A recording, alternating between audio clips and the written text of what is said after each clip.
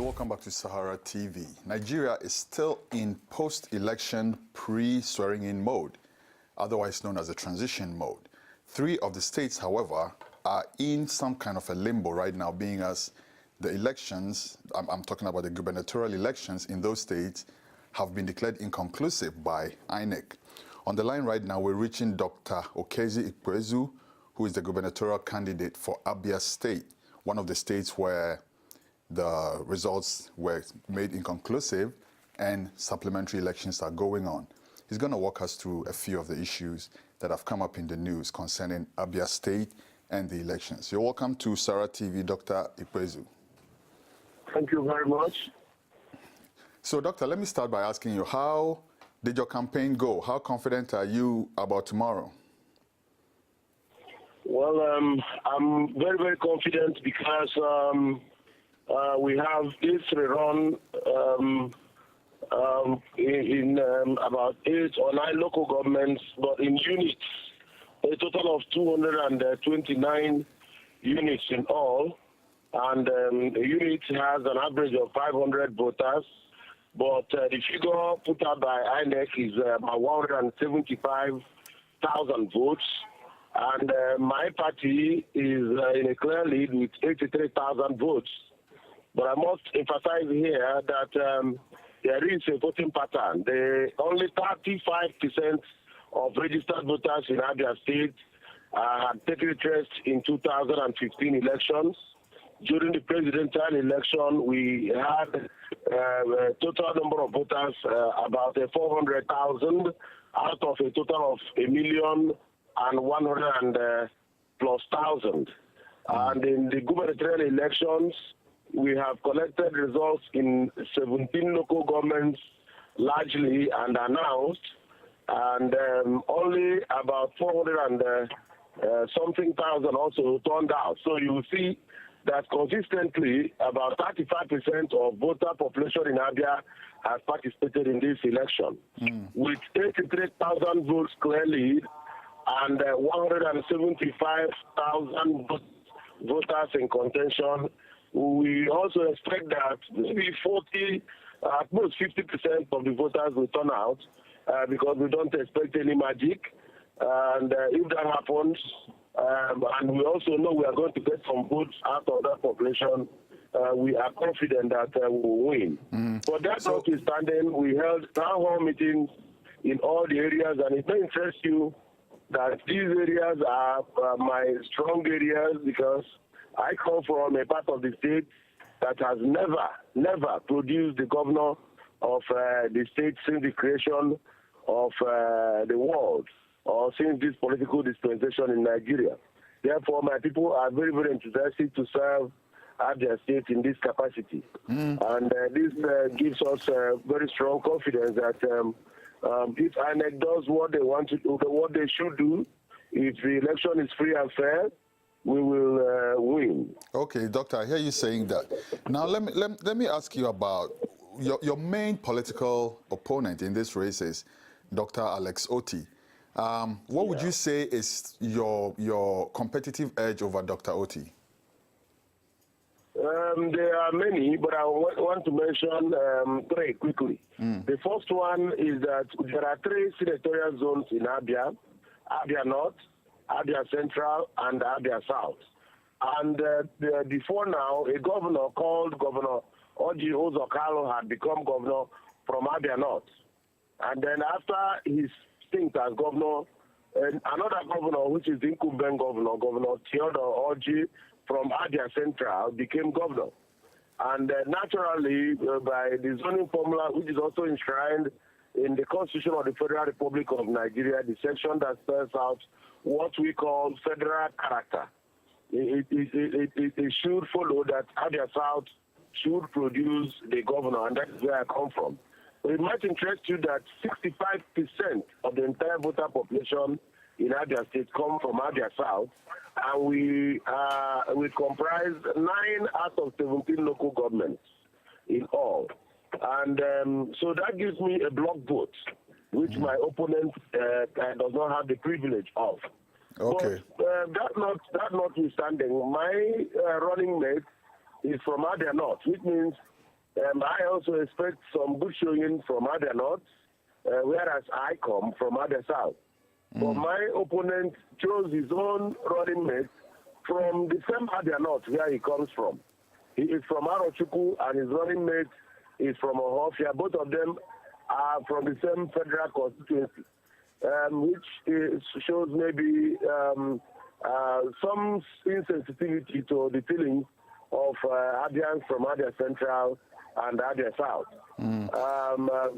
Besides that, I've been around the corridors of politics for 14 years. I was local government chairman. I was special advisor. I have been chairman governing council of a tertiary institution in Abia. I have also been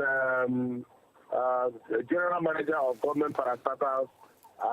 So I have been around, and the people know me very well. That's the advantage and the edge I have. I hear you saying that, Doctor, and I want to backtrack a bit and go into some of the things that you've just mentioned.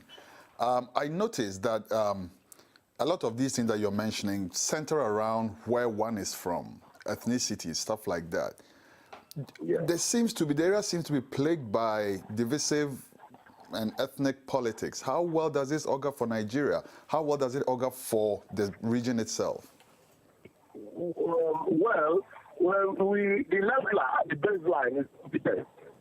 You also had me say that I have the requisite experience in politics.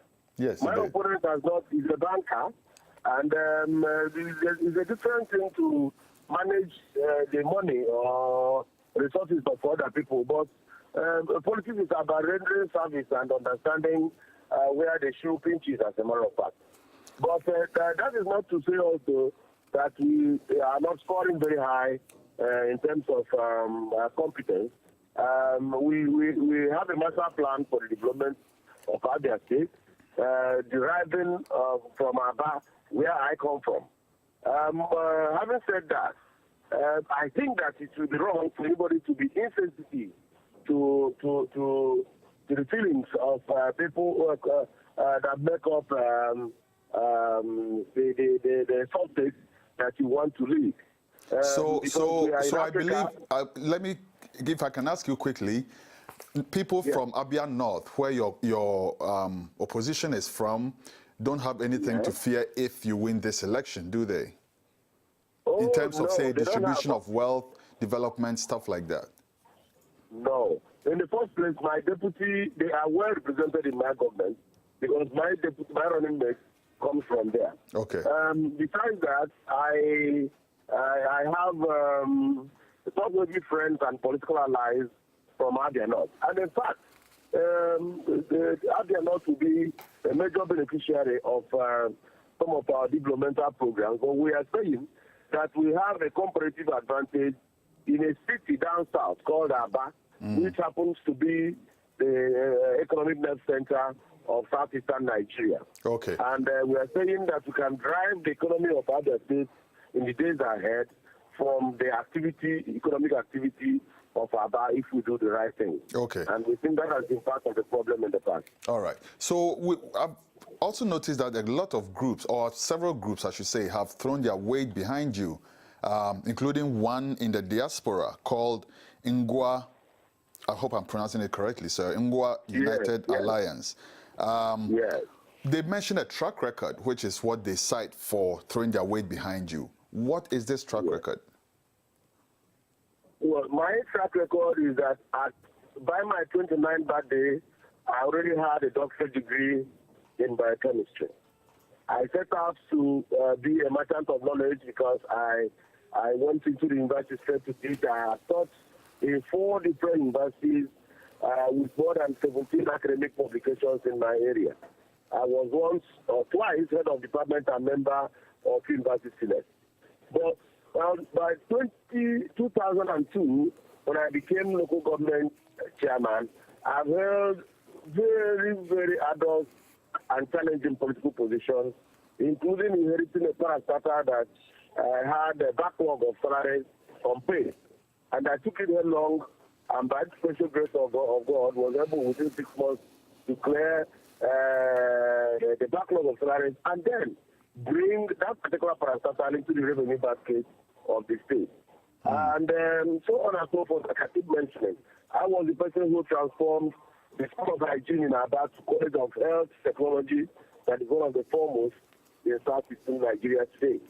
I really do not want to blow my trumpet, but I think they are right, and I'm confident that I've not failed in any assignment before, and I will not fail in this one. Okay, I thank you so much. So let's continue with this interview in another, from another angle, I should say. Recently, we're hearing news of threats, death threats and stuff like that. We read of an incident where a casket with Dr. Oti's picture on it and the inscription to the effect that if you voted for Dr. Oti, you were going to die, popped up in the streets of Abia somewhere. This was attributed to you, but you flatly denied it and rather pointed the finger back at Dr. Oti. Why do you think Dr. Oti would do such a thing?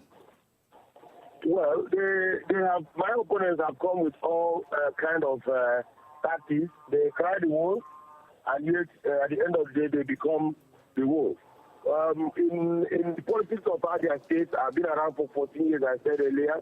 The level of desperation and violence that we have noticed in this particular dispensation is unprecedented and unheard of. This was the first time the bodyguard or orderly of a candidate leveled gun, AK-47 rifles, towards the midriff of protesters. It happened at Ikuano. We also had a candidate, federal house candidate called Dan Anthony, who was attacked at Isi Alangwa. There was another attack on the local government chairman of Isi Alangwa North.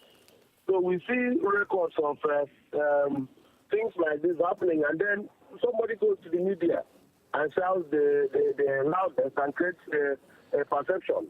So when suddenly that despicable act of dropping coffins around Abba came up, I was at Umuahia, and somebody drew my attention to it. And then we did an analysis, and then we found out that it must be the handiwork of those who also like to cry wolf. For me, I don't have any other city than Abba, and I don't have any other state than I don't own a home in any other part of the world apart from Abia State. And I have always preached that we live in peace. We have utmost respect for our neighbors and those who come to Abia to do business. And in the days ahead, I have said it that I want to liberate the knowledge and expertise of our brothers and friends, especially from Anambra and Imo, who are neighboring states and Ebonyi, to drive trade and commerce, and then the small and medium scale enterprises initiative that we are pursuing in Abia State. So it will be foolhardy on our part to begin to think about frightening people. And then we have a clear lead of 83,000 votes, which cannot be manufactured with ease. So our assignment and all we need to do is to keep the boat steady and not to rock it. Why do you think Dr. Oti would do something like that? I would assume that if it came from Dr. Oti, it would have your picture on it, not his picture. Yeah, well, yes, because we have a feeling that somebody could be desperate to undermine my public image and reputation, and then maybe score a cheap political point.